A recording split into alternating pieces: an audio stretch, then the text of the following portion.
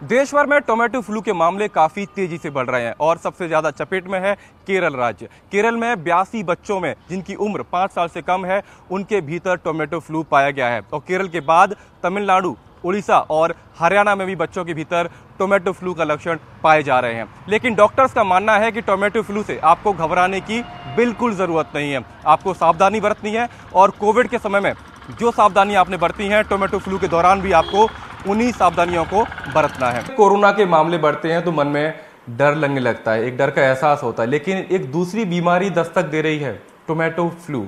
Tomato flu क्या है?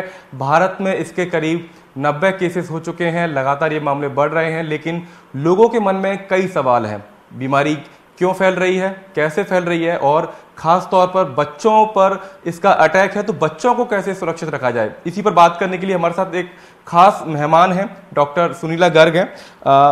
Ma'am जानी मानी हेल्थ एक्सपर्ट हैं। मैम किस तरीके से टोमेटो फ्लू की अगर हम बात करें तो क्या बीमारी है, सबसे पहले आप हमारे दर्शकों को ये बता दीजिए। मानस जी, एक बहुत इम्पोर्टेंट क्वेश्चन आपने पूछा कि ये टोमेटो फ्लू क्या है करके। एक्चुअली जब हम मेडिकल की पढ़ाई करते थे तो हमने कोई ऐसी चीज़ सुनी नहीं थी कि टोमेटो फ्लू है करके। परंतु आज अगर हम ब्लिस्टर्स को देखते हैं, बीमारी के लक्षण को देखते हैं, तो जो इसको हम टोमेटो फ्लू इसलिए बोलते हैं क्योंकि जो इसके लीजन्स होते हैं, यानी कि जो इनके मार्क्स होते हैं बेसिकली, ये ज़्यादातर हम हाथ में देखते हैं, पैर में देखते हैं और बटक्स रीजन में देखते हैं करके। सो बेसिकली जो लीजन्स होते हैं, ब्लिस्टर्स, जो कि आप फफोले बोलेंगे, जिसके अंदर फ्लूइड होता है, जैसे जैसे वो बड़े होते जाते हैं तो रेड होते चल जाते हैं। तो इसलिए हम टोमेटो का नाम देते हैं, टमाटर का नाम देते हैं। और साथ ही साथ में फ्लू इसलिए बोलते हैं क्योंकि लक्षण इसके फ्लू जैसे भी होते हैं, यानी कि जैसे आप फ्लू में देखते हैं फीवर भी होता है, कोल्ड भी होता है, सोर थ्रोट भी होता है, बॉडी एक भी होता है। तो इसलिए इसका नाम जो है टोमेटो फ्लू है। पर ये बहुत क्लोजली मिमिक करता है हैंड फुट माउथ डिजीज़, जो कि बच्चों में अक्सर देखा जाता है। उसमें माउथ में भी ब्लिस्टर्स होते हैं काफ़ी, मतलब सो उसका एक वेरिएंट हम बोल सकते हैं टोमेटो फ्लू जो है। और जिसको कि आपने मेंशन किया कि लगभग 90, मैं कहूँगी लगभग 100 के करीब हम केसेस उसे भी ऊपर हम देख चुके हैं करके। और इनिशियली ये केसेस हमारे को केरला में मिले थे। अगर मैं इसके मेन सिम्टम्स की बात करूं, लक्षणों की बात करूं, तो कौन कौन से इसके मेन सिम्टम्स हैं जिनको देखकर, क्योंकि अभी ऐसा समय चल रहा है कि इसी समय में डेंगू भी होता है, मलेरिया भी होता है, तो काफ़ी मुश्किल है पेरेंट्स के लिए समझना कि बीमारी है क्या। बेसिकली सबसे इम्पोर्टेंट तो जैसा कि नाम दर्शाता है कि हमारे पास में ब्लिस्टर्स होते हैं करके, इसमें बच्चे को ब्लिस्टर्स होंगे। और मैं बात कर रही हूँ जो हमने शुरू में केरल में देखे वो हमारे 5 साल से कम थे। परंतु जैसे हमारा भुवनेश्वर का डेटा आया है या कर्नाटका का डेटा आया है या तमिलनाडु से हम बात करें, तो हमने देखा है कि केसेस जो हैं 10 साल से कम के हैं। तो इसमें आपकी 2 कैटेगरीज आ गई करके, अंडर 5 भी और 10 साल से कम के बच्चे भी, जो 5 से 10 साल के बीच में हैं। तो इनके जो लक्षण हैं बेसिकली, एक तो ब्लिस्टर्स आएंगे आपके, जैसे कि मैंने बताया हैंड्स में, फीट में एंड देन बैक में आएंगे करके। और अगर माउथ में आएगा तो बहुत ज़्यादा पेनफुल भी होगा करके। तो और दूसरी चीज़ हाई ग्रेड फीवर। तीसरी चीज़ बच्चे को गैस्ट्रोइंटेस्टिनल सिम्टम्स भी होते हैं। गैस्ट्रोइंटेस्टिनल मतलब जो कि पेट को अफेक्ट करता है। तो उसमें बच्चे को वॉमिटिंग, डायरिया, लूज मोशंस, तो बच्चा कई बार डिहाइड्रेशन की कगार पे भी पहुंच जाता है। और साथ ही साथ वो कई बार कंप्लेन करता है कि मेरे को सोर थ्रोट है। तो ये भी इम्पोर्टेंट चीज़। तो मैंने जैसे कि बताया कि जो फ्लू से मिलते लक्षण हैं वो इससे टोमेटो फ्लू में भी मतलब बेसिकली ये लक्षण जो हमारे देखे जाते हैं करके। लक्षणों की बात हो गई, इलाज क्या है मैम? क्योंकि अगर आप देखें तो वैसे ही सिम्टम्स हैं जैसे कोविड के समय में होते थे, तो इसका इलाज क्या हमारे देश के पास अभी कुछ है या भारत के बाहर कोई इलाज इसका मौजूद है? देखिए, कोई भी वायरल इन्फेक्शन जब होता है तो ज़्यादातर एक्सेप्ट हम बहुत दिन के बाद हमने HIV एड्स का इलाज खोजा था जब हमने 86 के करीब जब इस बीमारी को देखा था, 2000 के करीब हमने इसका इलाज निकाला था। परंतु जितनी भी वायरल इन्फेक्शंस हैं बेसिकली उनकी ट्रीटमेंट सिम्टोमेटिक होती है, यानी कि सिम्टोमेटिक मतलब लक्षण के आधार पे। अगर बॉडी एक है तो हम पैरासिटामोल देते हैं, और अगर बहुत ज़्यादा बच्चे को इचिंग है तो हम कहेंगे कि आप एंटी एलर्जिक ड्रग्स लें। परंतु ये मैं साथ साथ ये ज़रूर कहना चाहूँगी कि इसमें डॉक्टर की सलाह बहुत ज़रूरी है। पेरेंट्स अपने आप से, यानी कि माँ बाप अपने आप से कोई भी दवाई देनी ना शुरू करें। बेहतर है कि आप डॉक्टरी सलाह लें और फिर उसके बाद में डॉक्टर के संपर्क में रहें। और आजकल तो टेली मेडिसिन, टेली हेल्थ का ज़माना है, तो हम लगातार डॉक्टर के संपर्क में वीडियो कंसल्टेशन के द्वारा भी बने रह सकते हैं। इसमें ना तो मरीज के ऊपर ज़्यादा लोड पड़ेगा, ना डॉक्टर के ऊपर पड़ेगा, और वो वीडियो कंसल्टेशन के हिसाब से बताएंगे कि आपको क्या क्या बच्चे को देना है, उसको क्या लक्षण है, उसके अनुसार। ठीक है मैम, पहले कोविड आया, फिर मंकी पॉक्स के केसेस देखने को मिले, और अब टोमेटो फ्लू की बात हो रही है, तो लोगों के मन में एक डर भी है।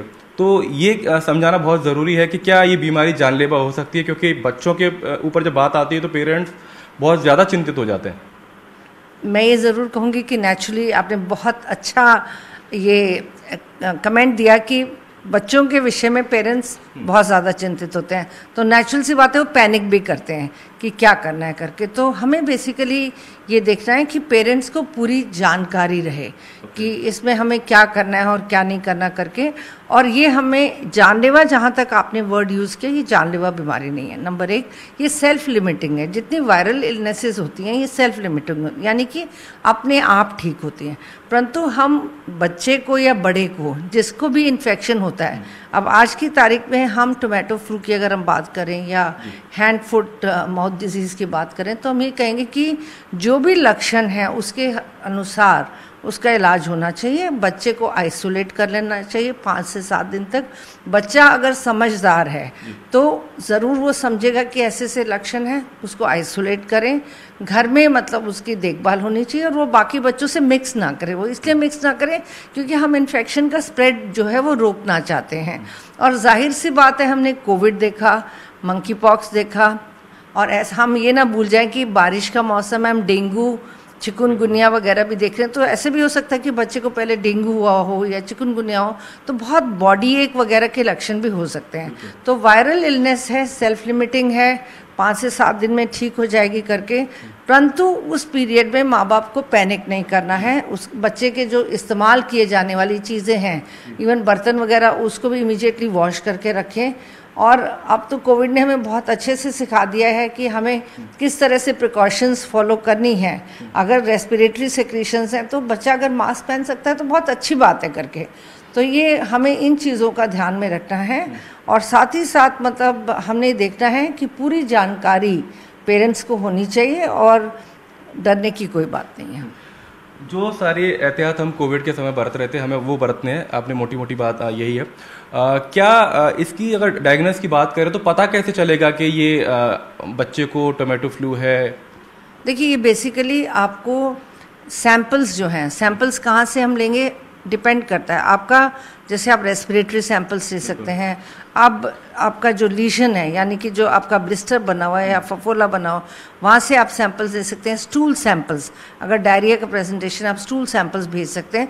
तो जितने हमें जहाँ से बच्चे की सेक्रीशंस हैं, आप उसको वायरस का PCR टेस्टिंग हम बोलते हैं, तो उसमें इसके आइसोलेशन में 2 से 4 हफ्ते लगते हैं। तो उसके बेसिस पे डायग्नोसिस होता है। जैसे कि हमने परंतु धीरे धीरे साइंस बहुत तरक्की कर रही है। हमारे पास में रैपिड डायग्नोस्टिक टेस्ट भी आ जाएंगे करके। तो प्राइमरीली अभी हम यही बात करते हैं कि हमारा गोल्ड स्टैंडर्ड जो है वो PCR टेस्ट है। अगर मैम अगर इस बीमारी को समझें तो अभी भारत में क्या चिंता करने वाली बात है? क्या दूसरे राज्यों में अभी मामले बढ़ रहे हैं, तो जैसे हम दिल्ली यूपी की बात करें तो लोगों को चिंतित होने वाली बात है? देखिए, मैं तो ये ज़रूर कहूँगी कि चिंता का विषय कोविड के समय भी नहीं था, पैनिक तब भी नहीं था, परंतु क्योंकि हम लोग वो प्रिकॉशंस को फॉलो नहीं करते। यानी कि जैसे मास्किंग है, सोशल डिस्टेंसिंग है, सैनिटाइजेशन है, आप अपने हाथ को वॉश कीजिए, आप अपनी सैनिटरी कंडीशंस को ठीक रखिए, अपनी जो सेक्रीशंस हैं आपकी, अगर आप हैंकरचीफ इस्तेमाल करें तो उसको प्रॉपरली मैनेज करना चाहिए, अच्छे से वॉश करके उसको ड्राई करिए। तो सेम थिंग्स जो है, ब्रॉड प्रिंसिपल्स आपकी किसी भी वायरल इन्फेक्शंस के लिए। तो बेसिकली मैं कहूँगी कि डरने की बात कोविड के टाइम भी नहीं थी और उसको हम हवा ना बनाएं। बारिश के समय में खान पीन के कैसे ध्यान रखा जाए बच्चों का, क्योंकि तमाम बीमारियों से अगर अब एक जनरल बातचीत करें और पेरेंट्स को समझाएं कि इस मौसम में कौन सी चीज़ों से बचना चाहिए, क्योंकि आप देखिए ज़्यादातर फ्लू है तो इस मौसम में वायरल भी चलता है। तो बच्चों को कैसे उनके रहन सहन के ऊपर पूरा ध्यान दिया जाए? देखिए, ओवरऑल होलिस्टिक मैनेजमेंट है। बच्चे को हम हमेशा से कोई ऐसा नहीं कि हमने फ्लू के दिनों में विशेष खाना देना है। ये जाहिर सी बात है कि बच्चा कहेगा सोर थ्रोट है तो कोई सूदिंग, जैसे कि हम कहते हैं कि गरम उसको कुछ अच्छा लगता है, चाय है, दूध है, जो भी बच्चा गरम फ्लूइड्स हमें सूदिंग लगते हैं। तो दूसरी चीज़ ये है कि बेसिकली बैलेंस डाइट की तरफ हमेशा ध्यान देना चाहिए, जिसमें कि protein, fat, carbohydrates, minerals, vitamin, इसका हम कहते हैं कि मिक्स्ड डाइट, बैलेंस डाइट होनी चाहिए। और हम ये नहीं कहेंगे कि बच्चे का मन अगर लेट्स से नूडल्स खाने का करे उसको मना करें। जो भी चीज़ वो खाना चाहे, कोई भी खाने में परहेज नहीं है। और अच्छा है कि सिम्टोमेटिक मैनेजमेंट हो और बैलेंस डाइट का हम ख्याल रखें। क्योंकि आप Lancet commission Covid task force का उसकी सदस्य रही हैं, मेंबर रही हैं, तो कोविड के मुकाबले इस फ्लू की इसको तुलना में कितना खतरनाक मानते हैं, या बिल्कुल ये एक आम फ्लू है? देखिए, मैं ऐसा अभी हम इन बीमारियों से, जब हम वायरल इन्फेक्शन से जूझ रहे हैं, क्योंकि एक के बाद हम देख रहे हैं कि कोविड आया, मक्की पॉक्स आया, उसके बाद में डेंगू मलेरिया का सीज़न है या चिकनगुनिया का सीज़न है, तो प्राइमरली हमें ध्यान रखने की ज़रूरत है, कॉशियस होने की ज़रूरत है और करेक्ट इन्फॉर्मेशन देने की ज़रूरत है। तो इससे बहुत घबराने की ज़रूरत नहीं है। पर कोविड की टाइम में हमने बहुत सारे वेरिएंट्स देखे, अल्फा, बीटा, गामा, फिर हमारा डेल्टा वेरिएंट आया जो कि बहुत ही ज़्यादा सीरियस वेरिएंट था, मैं कहूँगी, जिसमें ऑक्सीजन डिमांड भी लोगों की बढ़ गई थी। क्योंकि वायरस की नेचर है वो अपना रूप बदलता है, यानी कि म्यूटेट करता है, मल्टीप्लाई करता है। इसीलिए हमें वॉचफुल रहने की ज़रूरत है और परेशान होने वाली ज़रूरत नहीं है। तो मोटी मोटी बात इतनी है, वायरस है, अपना रूप बदलता है और रूप बदलकर आपके सामने आता है और एक बार फिर से टोमेटो फ्लू के रूप में आपके सामने है। सचेत रहना है, घबराना नहीं है। डॉक्टर गर्ग आपको बता रही किस तरीके से आपको अपने बच्चों को रखना है, उनका जो हाइजीन है वो मेंटेन करना है और पैनिक तो कतई नहीं करना है, क्योंकि लगातार इसी तरीके से एक अच्छे डॉक्टर्स और विशेषज्ञों के साथ हम आपकी बातचीत कराएंगे और आपको बताएंगे कि टोमेटो फ्लू जैसी बीमारियों से आपको कैसे बचना है। कैमरा पर्सन अजय के साथ मानव यादव, न्यूज़ 18 इंडिया, दिल्ली।